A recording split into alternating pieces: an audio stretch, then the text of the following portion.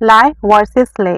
लाई और ले इंग्लिश के दो वर्ब्स हैं और ये बहुत कंफ्यूजिंग वर्ब है, स्पेशली जब इनकी second form third form use करते हैं तो हमें अक्सर कंफ्यूजन होती है कि लाई की सेकंड फॉर्म थर्ड फॉर्म क्या है और ले की। तो स्टेप बाय स्टेप देखते हैं। नंबर 1 इज लाई।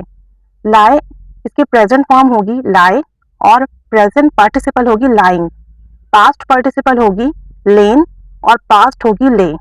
ये इंट्रांजिटिव वर्ब है और इसका मतलब ये होता है कि आप किसी भी चीज़ को हॉरिजॉन्टल पोजीशन में रखें, यानी किसी भी चीज़ को सरफेस पे रखना, किसी भी चीज़ को सरफेस पे लाइक टेबल पर कोई चीज़ रखना, चेयर पर रख देना या फ्लोर पे रख देना।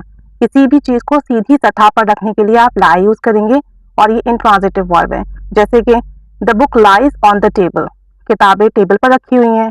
The snow lies on the roof, छत पर बर्फ पड़ी हुई है। He was lying down in his coffin, वो अपने कॉफिन में लेटा हुआ था। I should lie down for some time because I'm not feeling well, मुझे थोड़ी देर के लिए लेट जाना चाहिए क्योंकि मैं अच्छा महसूस नहीं कर रहा हूँ। जब कोई पर्सन की बात करेंगे, किसी शख्स के लेटने की बात करेंगे, तब लाई के साथ डाउन यूज होगा। और कोई चीज़ है तो सिर्फ आप सिंपल लाई यूज कर सकते हैं। बुक है या कोई भी कप है, कोई फ्रूट है, उसके रखने की बात करेंगे तो आप सिंपल लाई यूज करें, लेकिन किसी पर्सन के लेटने की बात करेंगे तब आप लाई डाउन यूज करेंगे। इसके एक और मीनिंग भी है लाई के, उसका मतलब है टेल अनट्रू समथिंग, यानी झूठ बोलना, गलत बात करना।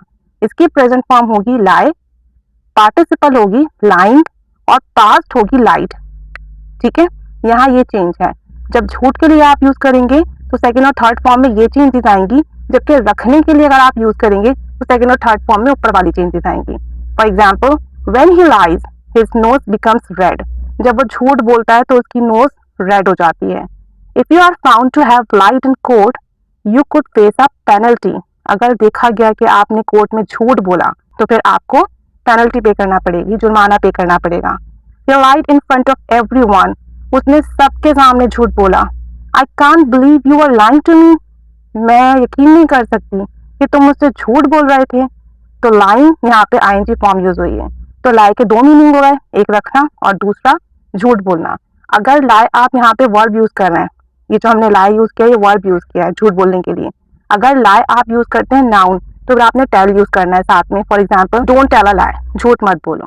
तो इट अप्स टू यू कि आप लाई को एज अ वर्ब यूज करें या फिर आप नाउन यूज करें।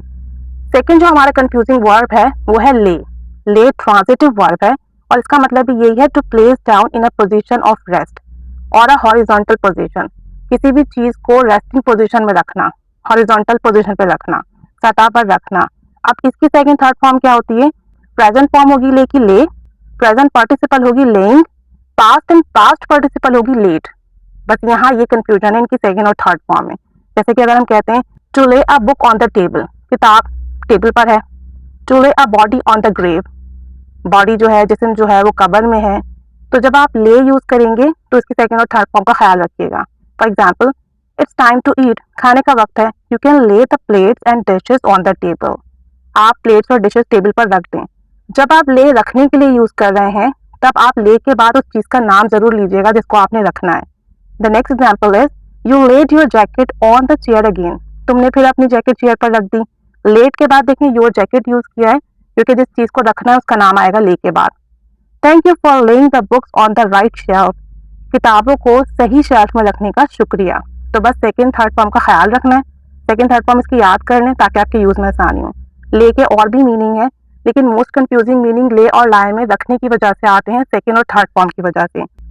इसलिए इस वीडियो में ले और लाई के सिर्फ और सिर्फ वही मीनिंग डिस्कस किए हैं जो कंफ्यूजिंग है, जहाँ सेकंड और थर्ड फॉर्म में प्रॉब्लम आती है। तो इनकी सेकंड थर्ड फॉर्म अच्छे से याद कीजिएगा ताकि जब आप इसे यूज करें आपको प्रॉब्लम ना आए। So now it's your turn. Make some sentences by using lay and lie in your communication. Make some sentences. Share with us. Keep staying with us. Thanks for watching.